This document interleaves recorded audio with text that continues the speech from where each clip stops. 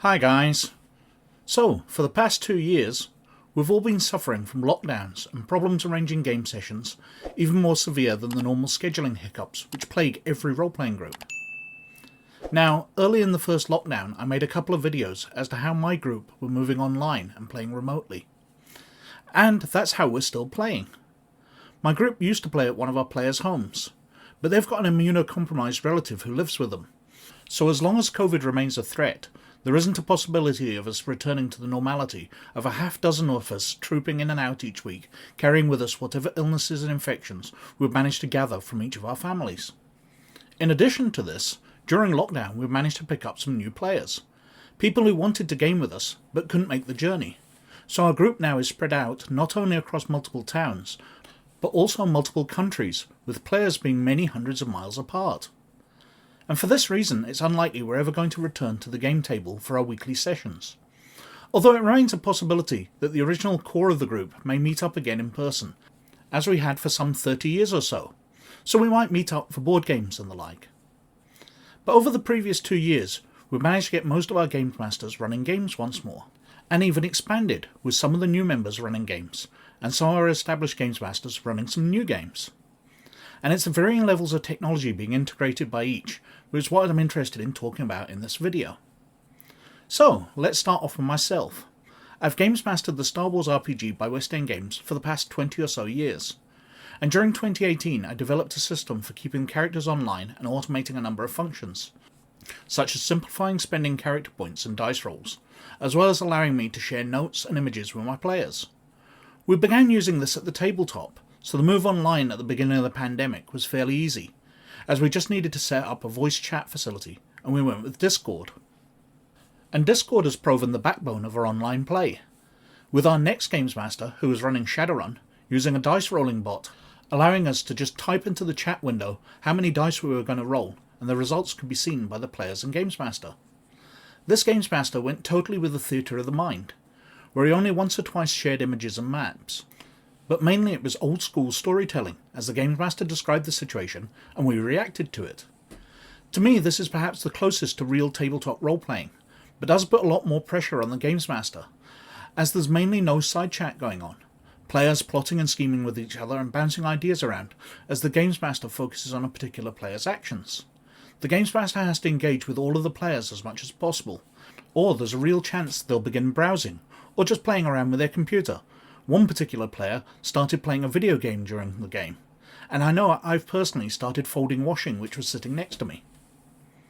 Next up, we moved on to a wonderfully simple RPG, Advanced Fighting Fantasy. We began using some slightly advanced features of the dice pot on Discord, where we could set up macros so that just by typing our characters' names, it would auto-roll our attacks and damage. The Games Master of this one also began using Owlbear Rodeo, a map sharing system which allows him to share a map with us, but also to put a fog of war on it, clearing it to reveal the map to us as we explored, and allowing us to move tokens around to show where we were moving and exploring. While there were some problems with this system, such as it not carrying its state over between sessions, so we'd need to take a screen capture so the GM could set it up exactly the same for the next week's play, some scaling problems between the maps and tokens, and the problem that sometimes different players would appear in different sessions, and only some would be visible to each other. But we worked the kinks out and had pretty good experience with it, but reverted to theatre of the mind as it was proving to take up too much time to set up. Alongside the other games, we of course were playing Dungeons & Dragons, with one of our most IT literate Games Masters, and he paid out and uses Foundry. Foundry is incredible, with dynamic lighting, integration for D&D Beyond, allowing the GM to call for saving throws, track initiative, show health bars, etc. It's like you're actually playing one of the BioWare D&D games like Icewind Dale or Baldur's Gate.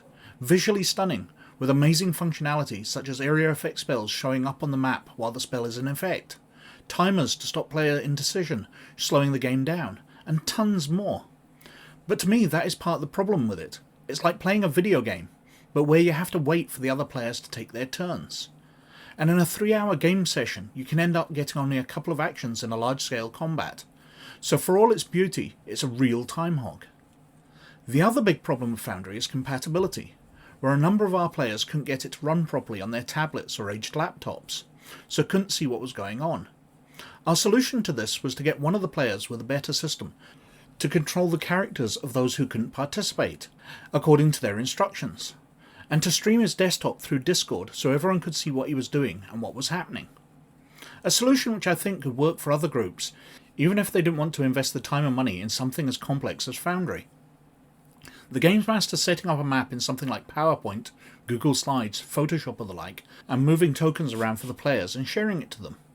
Obviously there might be a danger of sharing too much if you're sharing your desktop and have the adventure or monster stats open as well, but there definitely seems to be something there which could help you game online. I must also mention that we played the Alien RPG through Foundry as well, and implemented the rules perfectly, and skinned the entire system in a retro 70s or 80s computer style, really matching well to the movies. It was great stuff. And that's where my group is with this new normality, using the systems we've been using because of the pandemic to expand our group beyond who would normally be able to meet up around a tabletop, and each of us choosing our own style of games mastering online, using various levels of technology from the simple with just shared dice rolls and chat, up to amazingly integrated systems which are more like playing video games.